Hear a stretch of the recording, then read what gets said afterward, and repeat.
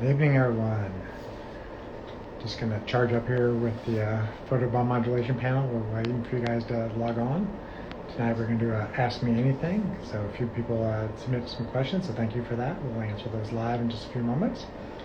So I'm just getting back from Cancun last night on a sun run for the Helios Optimal Health Retreat. Had a couple guests come down and meet us there and learned about circadian biology and how to optimize their mitochondrial function, improve their light water magnetism, as we say in the quantum world. So I'm planning to do some more of those health retreats in the hopefully near future in early 2022. Got a couple surprise guests might be willing to join me. So if you're interested in that, just keep following along here on Instagram. I'll always talk about it here first. And then if you're not already one of my patients, we do have an emailing list, just drtwyman.com/news. And I always release information about new things happening here at Apollo Cardiology, as well as if I might be doing any more of these health retreats in the near future. So I'm basically doing some acute sun withdrawal therapy with this giant red light panel behind me right now. So the quantum yield in St. Louis is not nearly as good as it was down in Cancun. So I needed to structure my water a little bit better today. So I'm also rocking the 1970s cup glasses, blue blockers. So this thing's pretty bright, so you're not supposed to stare straight at it. And if I put my glasses on, that would block it. I wouldn't be able to see what I'm doing. So I just keep my back to it for now. So, well, welcome everybody who's joining. So tonight we're doing an Ask Me Anything. It's something I usually like to do at least once a month, and some people have kindly submitted some questions ahead of time, so we're going to answer those first. And as other people log on, if there's anything live you want to chat about, just drop it down in the comments. So we'll get started here. All right. So somebody from a much higher latitude in Toronto asked, is it still helpful to see the sunrise in winter, even when you live in Toronto? So basically the question is, if you can't see the sun because it's so cloudy and gray and cold, is it even worthwhile? The answer is always yes. So what's going to happen when you're that far north is you're going to lose the UVB wavelength of sunlight, so you will not be able to make vitamin D that time of year as that light hits your skin, but that other frequencies of light are still very beneficial. So in the morning time before the sun breaks the horizon, there's infrared light. That infrared light helps structure the water, basically charge up your water battery. That's what some of these lights behind me can help do. Sun breaks the horizon, there's going to be some red light. That red light is regenerative to your cells. It basically does something special to the mitochondria by knocking nitric oxide off the mitochondria so energy can flow through it. Then the other wavelengths of light, the greens, the blues, mostly the blue, wakes you up for the day.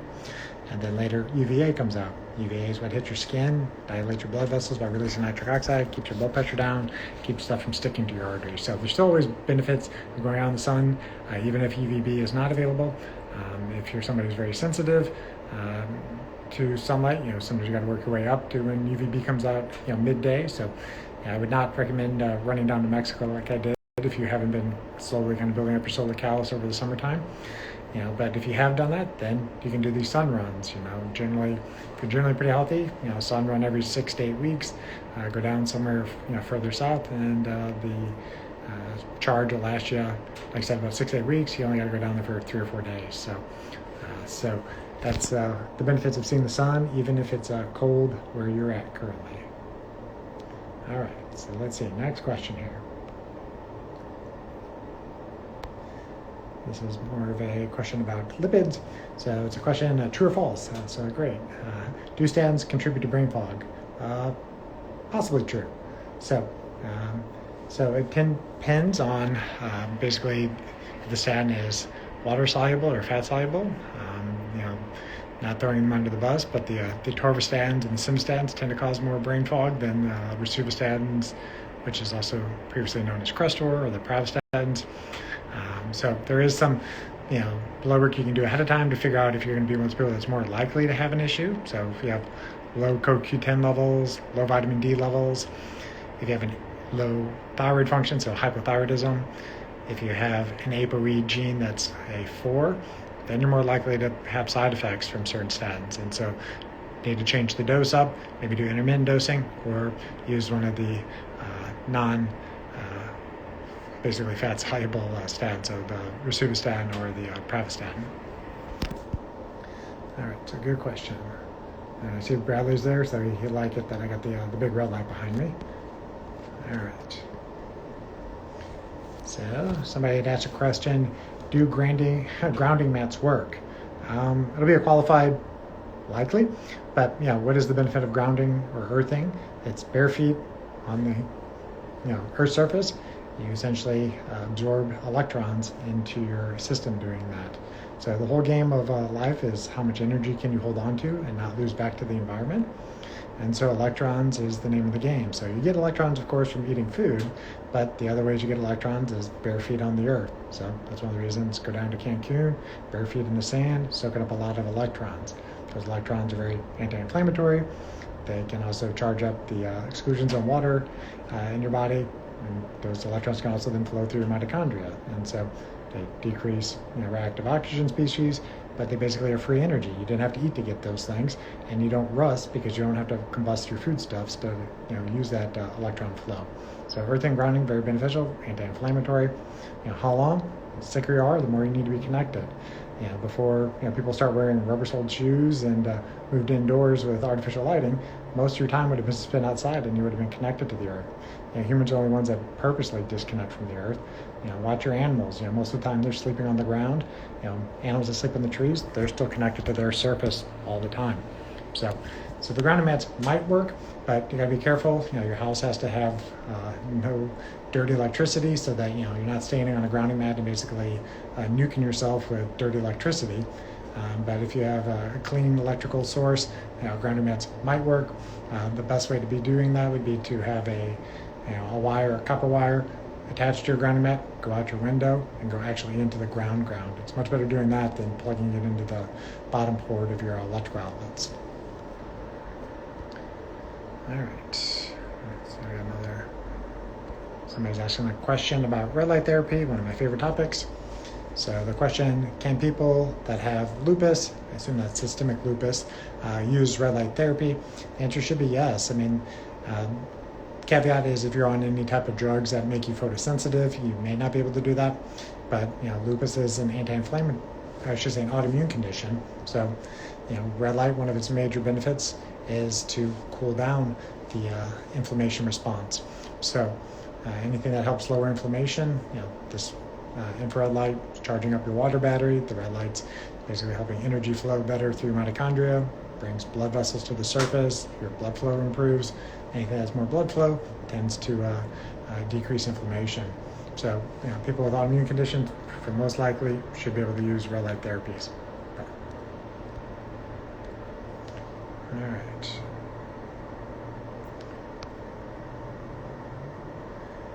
All right, so a question about is melatonin safe long term? The anti-cancer benefits. So two separate questions. So first, I assume it means is taking oral melatonin safe long term? The caveat is probably not. Melatonin is a hormone that your body makes in response to the way the light enters your eyes, and then ultimately will get converted into tryptophan, serotonin, and melatonin.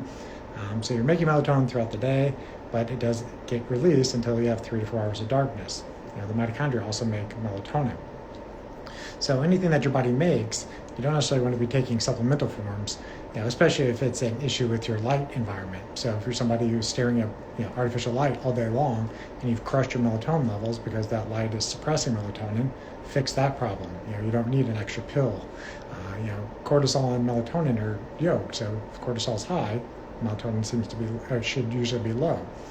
If you block your artificial light with blue blocking glasses at night, or just use red light so that the melanopsin receptor in your eye isn't triggered, then your melatonin levels will rise naturally. And so that's how evolution designed you.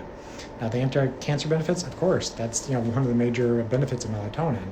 Melatonin, is not as simple as this, but it's basically fuel for the mitochondria to do autophagy and apoptosis.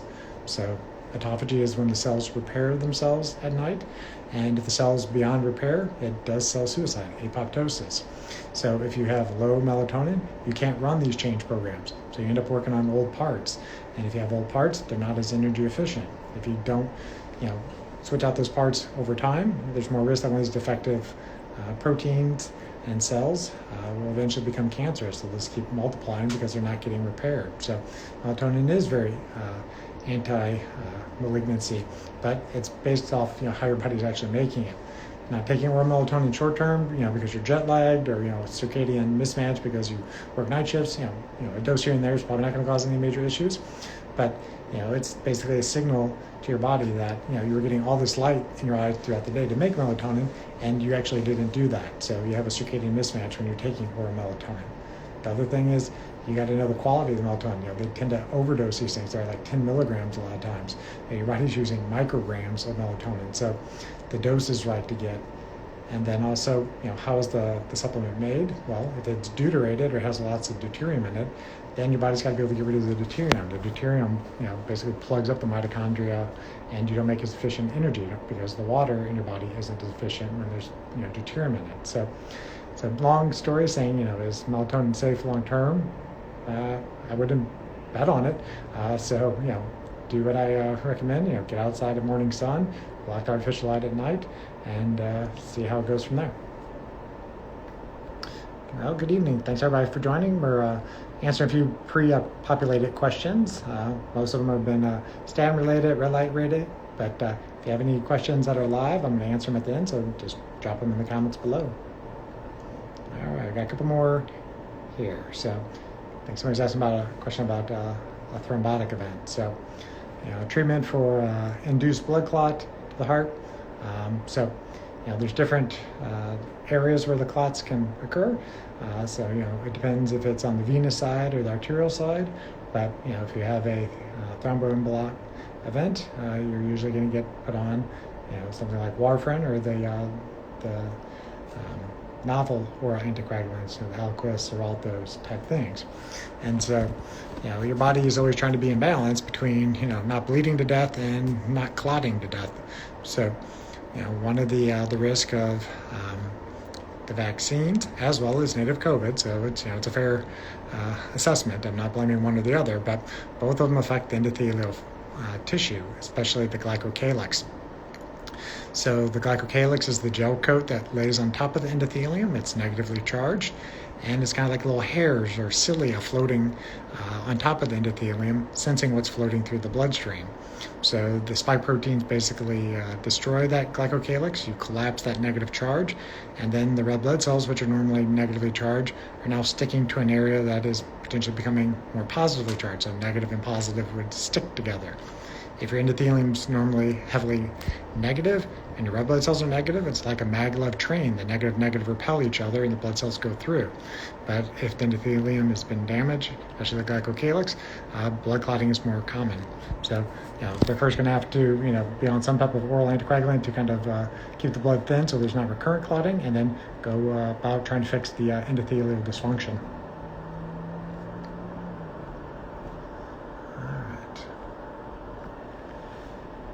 And then somebody's asking, I struggle to switch off at night. Any tips? So it means that, is the brain not able to shut off at night? That can depend on many things. Let's start first, is your circadian rhythm dialed in? So did you go out and see the sunrise for the day? That sunrise basically starts the clock in the brain that you should be tired about 16 hours after that period of seeing the morning sun. Then do you block artificial light, especially at nighttime? The sun sets, your body should naturally be starting to get tired. You turn on a bunch of artificial lights, TV, your brain gets a signal, hey, it's still noontime. Keep cortisol high, stay alert. So you need to let cortisol naturally drift down and let melatonin rise. You do that by wearing the blue blackening glasses post-sunset. The other thing is, people who not necessarily abuse caffeine, but if you use caffeine too late in the day, you're blocking the adenosine receptor, and the adenosine will just keep building up. As your body's been doing work throughout the day, it does make ATP. Adenosine builds up kind of like in an hourglass. When the adenosine gets high enough, pushes down, and you have that sleep pressure to make you fall asleep. So if you're drinking caffeine too late in the day, that will phase shift when you're going to feel tired. The other big thing is, making sure you're not eating too late and keeping your metabolism all ramped up. So, really try to stop eating 3 to 4 hours before you're playing bedtime. And then the other big things are, try to have a wind down routine. For those who have children, you just don't take a 2-year-old and say, hey, it's bedtime, just throw them in bed and expect them to be able to fall asleep. There's a sit down, read a story, have a bath, and then eventually they kind of wind down and they go to sleep. So try to come up with your own ritual that you can kind of do every day and make it the same. So you're generally going to bed about the same time and waking up about the same time, so your body gets into that routine. Now, sometimes there are some supplements that people can take. I'm not going to necessarily throw them out here. If you see me as a patient, you know what I'm talking about. But there's things that can help, kind of shut down your adrenals at night, so that cortisol drops and you're able to fall asleep a little bit easier as well.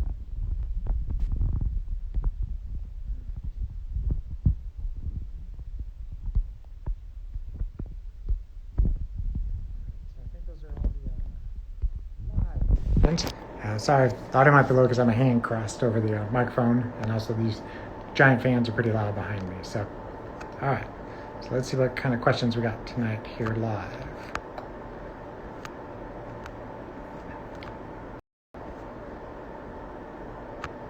Thanks, somebody.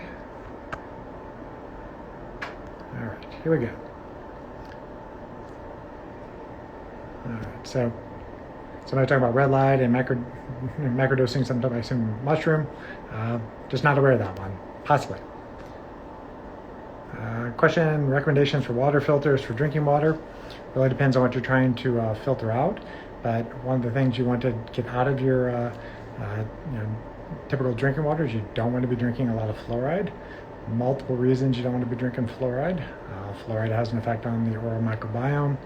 If you destroy the bacteria in your saliva, they don't basically convert the nitrates that you're getting in your diet, so mostly the greens and the beets, you don't convert those as efficiently to nitric oxide. Nitric oxide is very heart healthy, keeps the blood vessels dilated and things not sticking to them. Other things fluoride does, it affects the collagen networks. It has an effect on the water that's stored inside your cells. So the water your body makes is more important than the water you're drinking. But you don't want to be drinking stuff that interferes with what's going on inside. So essentially if you drink a lot of fluoride, you end up having like a half-charged water battery in your cell, and you make energy, but it doesn't last you as long as you want it to. So there are some companies that make the filters that will pull out fluoride, but they tend to be pricey because you have to replace them fairly routinely. So there's no great economical wall of your filters that can pull out everything. The Berkey filters do pretty good. There is a fluoride attachment for it, but again, you're going to spend a lot of money stripping out the fluoride. So generally, it's a little bit easier just to buy spring water or glacial water and just say that has the minerals already in it. Some people will do a reverse osmosis filter. Well, that strips out everything, but then you need to know how to add the electrolytes and minerals back in the proper ratio. So sometimes that's a little bit challenging for some. Somebody saying take glycine instead of melatonin for sleep. That can potentially help some people.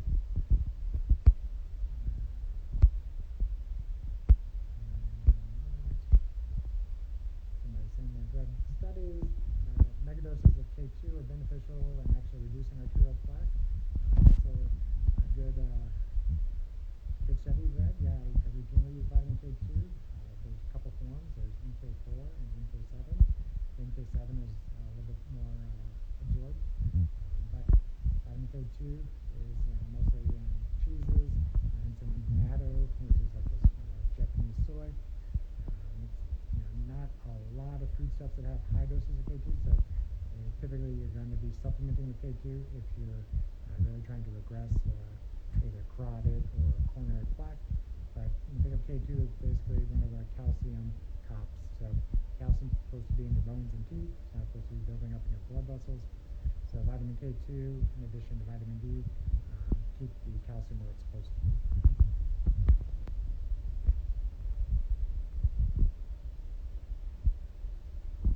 So somebody's asking, will irradiating the light panel toward your abdomen help with the microbiome in the gut? Most likely, yes. That's one of the concerns that people come in with is that they don't digest well. You have four main surfaces, and they all need to match up. It's your eyes, your skin, your airway, and your gut. Your gut is essentially a tube that faces outside. And so, think of the way the gut is really designed, is that bacteria is going to break down the foodstuffs that come in, but all food really is for the most part, stored up sunlight, and your gut microbiome's got to decode that message and break it down and then send it into your systems, and so then the rest of your cells break it further down into the electrons and the protons that your mitochondria need. But the gut bacteria communicate with different frequencies of light. So if your abdomen is always covered up and these penetrating infrared wavelengths don't get to the gut, the healthy bacteria don't get the messages they need to populate, and many times the bad bacteria kind of take over. So yes, you can definitely use Mother Nature. You can use the sunlight, have your abdomen out to the sun, but you can use these infrared and red light panels as well. So is it good to use the red light midday? Kind of two questions. So red light therapy is a treatment. Doing photobiomodulation. It's going to be higher power density. Like when you have all these lights on behind me, this thing's putting out a lot of photons. Typically you're going to want to use that during daylight hours. So try to recreate what the sun does. So from sun up, sun down, that's kind of the preferred time to do an actual treatment of photobiomodulation.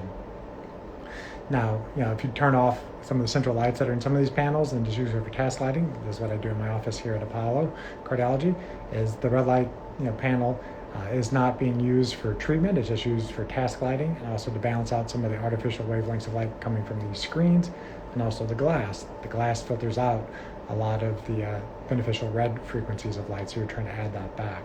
So red light, at nighttime, as long as it's not too bright, will not affect your sleep. But if you were to do one of these bright photobiomodulation treatments, some people it's going to affect their sleep cycles just because of the lux, the high intensity of the light.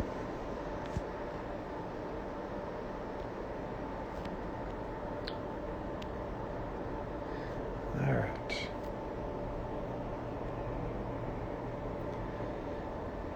So somebody's asking, can you exercise vigorously if you know you have plaque buildup in your arteries? So I can't answer this as a individual medical type of advice, but I'd have to know somebody's full context before I could give them an exercise prescription. But the way that exercise works is that it does many things for the arterial health. It improves endothelial function by making more nitric oxide when you exercise. So exercise is the best drug at reducing neurodegenerative disease as well as cardiovascular disease long term.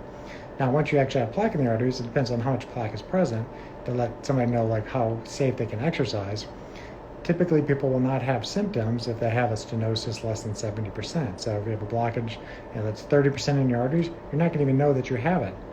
Side note, that's why you can pass a stress test and not have any symptoms on a stress test but still have a heart attack. It's because that 30% blockage ruptures like a pimple. Now your blood clots, and now you have 100% blockage. And so that's why stress tests are good if you have symptoms, but passing a stress test does not necessarily mean you're low risk. There's more tests that you can do that looks at the arterial health, and we've talked about those in the past couple of weeks. The CT coronary calcium score, the calcium scan, the carotid intimomedial thickness test, the carotid, and then the endopatter max pulse that looks at nitric oxide production from your arteries. That being said, if you don't have symptoms currently with exercising, then you generally can exercise to tolerance. Most people, if they're not kind of well-trained athletes, they kind of should work on some of the lower and slower exercise first. More zone 2 type training. That's going to be at a heart rate ballpark about 180 minus your age. But once you kind of build up your base, and if you want to start doing more interval trainings, then you can start working up to more interval trainings. But generally I recommend people work with their doctor or a personal trainer to really design a healthy exercise regimen for them.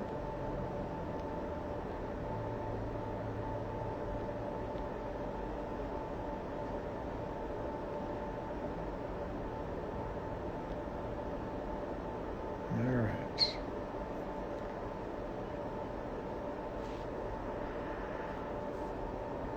All right.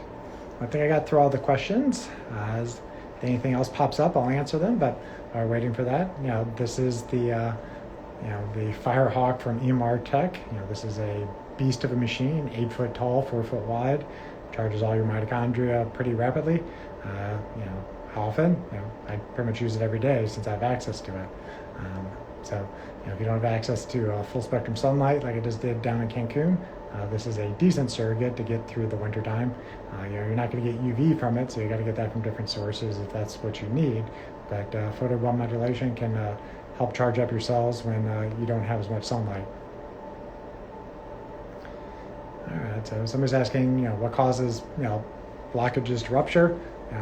It's mostly inflammation. So if you're highly inflamed, those plaques, become like, red hot pimples. The fibrous cap ruptures, all the damaged oxidized cholesterol and immune modulating cells spill out to the bloodstream, and then it forms a blood clot. So, there's not a 100% test that you can do to say, okay, who's more likely to rupture one of these plaques. But if you have a lot of inflammation on blood testing, so elevated high sensitivity CRP, myeloperoxidase, LP-PLA2, oxidized LDL or oxidized phospholipid on ApoB, high ADMAs, high SDMAs, those are the people that are more likely to have plaque ruptures.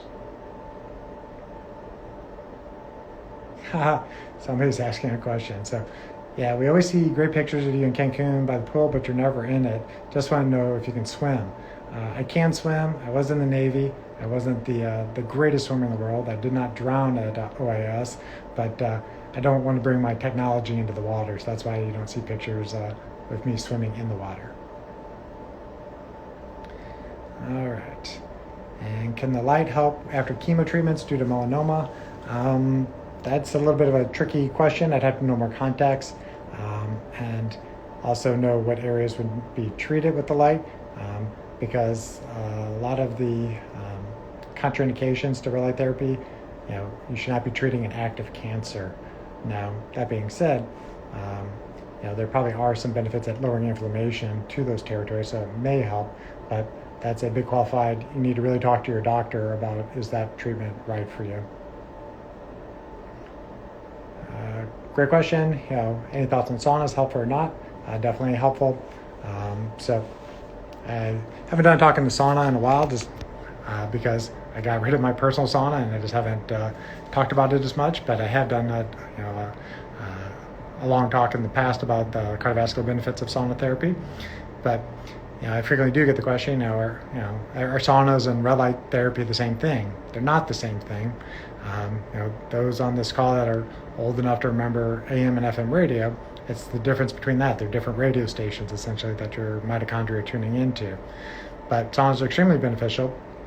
That infrared light penetrates and charges up the water in your cells.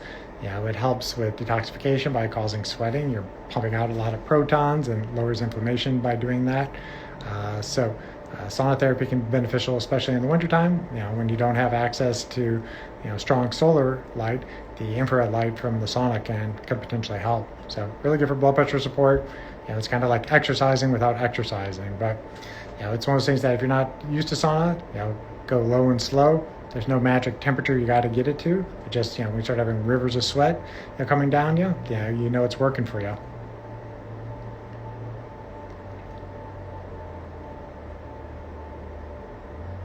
And that's pretty crazy. This lamp, I'm 4 or 5 feet away from it right now. And the back of my head is just like, extremely warm. And it's not that the light bulbs are hot. It's that red and infrared is heating up the water and the mitochondria on the back of my head.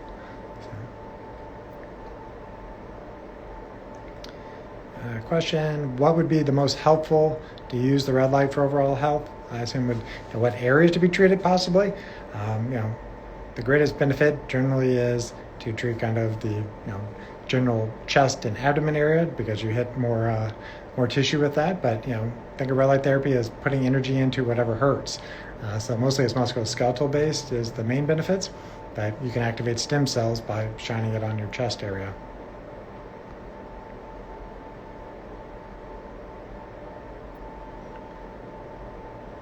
So somebody has a fire wave, so that's the same one that I have here. Best way to support the cardiovascular system, again, it's probably, shining it down the kind of general chest region. This infrared light penetrates 10 to 30 centimeters. So it's not necessarily that it's stimulating the heart muscle itself, which it may, it's more that it's stimulating the stem cells in your sternum. That's generally the benefit.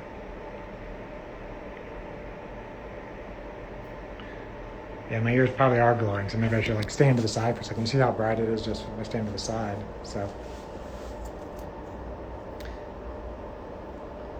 yeah, I might be already fully charged up with this. I already did like a 20-minute session earlier this morning, so I could get through the acute sun withdrawal coming back to St. Louis.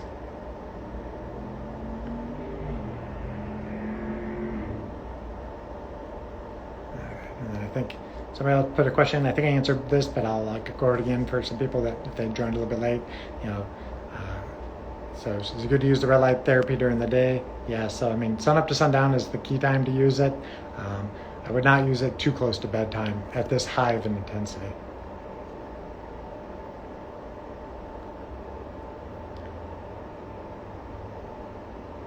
All right. So I think we'll let the rest of the questions roll in. If any do, I'll answer them. But we'll start winding down. Usually go about a half an hour. I appreciate you guys' time and attention. I'll be doing another chat next Monday, 6 p.m. Central Time. I've been doing the series of the 3 main tests you should do to look for your cardiovascular health to know if you're going to become heart attack proof or not. In January 2022, we'll be launching a membership program here at Apollo Cardiology where it will be an all-inclusive heart attack proof program where all this testing will be included, and I'll be letting people use my red light panel and teaching them all the other tips and tricks of quantum health, how to optimize their mitochondrial function with light water magnetism. So be on the lookout for a webinar soon if you want more details about that membership program. I will get the questions, I'm sure. If you're already one of my patients, you're grandfathered into the practice, nothing changes for you. If you're interested in joining the membership, you may, but it's going to be more for new people coming into the practice. All right.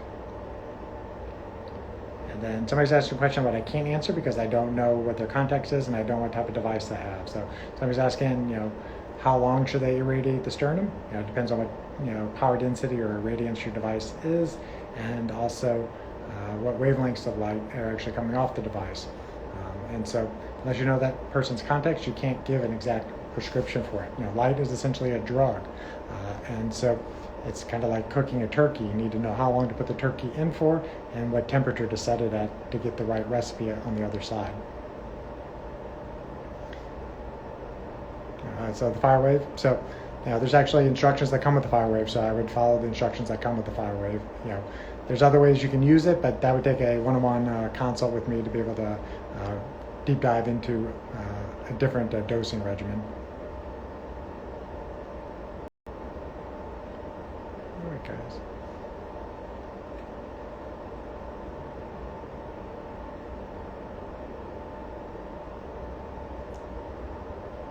All right, I think I'm going to shut this thing off so that I don't drain the entire building of electricity. If anybody's here actually in St. Louis and they're driving on Highway 40 and they look to the University Tower across from the Galleria and they see something glowing on the 12th floor, it's probably this room. So you guys have a great evening. I'll see you next week, 6 p.m. Central Time next Monday. Take care.